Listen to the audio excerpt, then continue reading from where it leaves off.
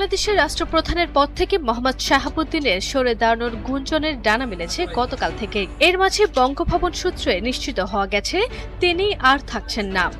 অসুস্থতার কারণ দেখিয়ে আগামীকাল শুক্রবার তিনি জাতীয় সংসদের স্পিকার বরাবর পদত্যাগপত্র পাঠাতে পারেন।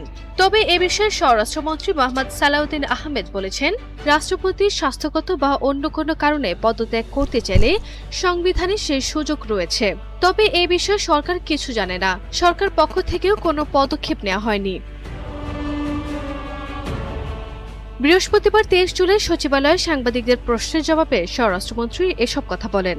সম্প্রতি রাষ্ট্রপতি মোহাম্মদ শাহাবুদ্দিনের পদত্যাগের বিষয়টি বিভিন্ন গণমাধ্যমে প্রচারিত হয়েছে।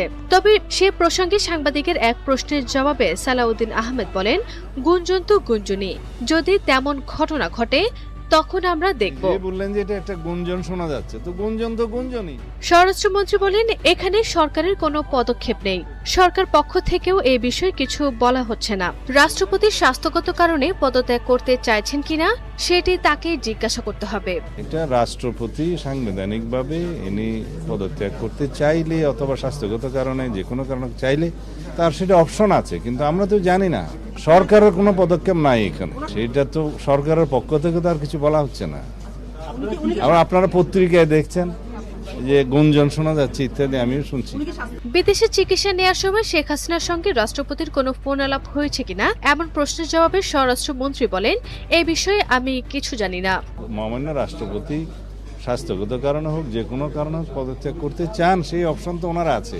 রাষ্ট্রপতি পদত্যাগের সাংবিধানিক প্রক্রিয়া নিয়ে স্বরাষ্ট্রমন্ত্রী বলেন, রাষ্ট্রপতি পদত্যাগ করতে চাইলে নিয়ম অনুযায়ী স্পিকারের কাছে পদত্যাগপত্র জমা দিতে হবে। এরপর পরবর্তী সাংবিধানিক প্রক্রিয়ায় বিষয়টি নিষ্পত্তি হবে। আর তিনি যদি পদত্যাগ করতে চান সাংবিধানিকভাবে সেটা মাননীয় স্পিকার বরাবর পদত্যাগপত্র দিতে হয়, এইটুকু নিয়ম আছে, জানি, এর বাইরে কিছু জানি না। স্বরাষ্ট্রমন্ত্রী আরও বলেন, রাষ্ট্রপতি পদত্যাগ করতে চাইলে সাংবিধানিকভাবে অপশন আছে। এখানে সরকার পক্ষ থেকে কিছু বলা হয়নি। আমিও পত্রিকায় এসব খবর দেখেছি। তিনি যদি পদত্যাগ করতে চান তাহলে স্পিকারের কাছে পদত্যাগপত্র দেওয়ার নিয়ম রয়েছে। এরপর রাষ্ট্রপতি কে হবেন সেটি পরে দেখা যাবে। আরভি ইসলাম হিমু, NTV।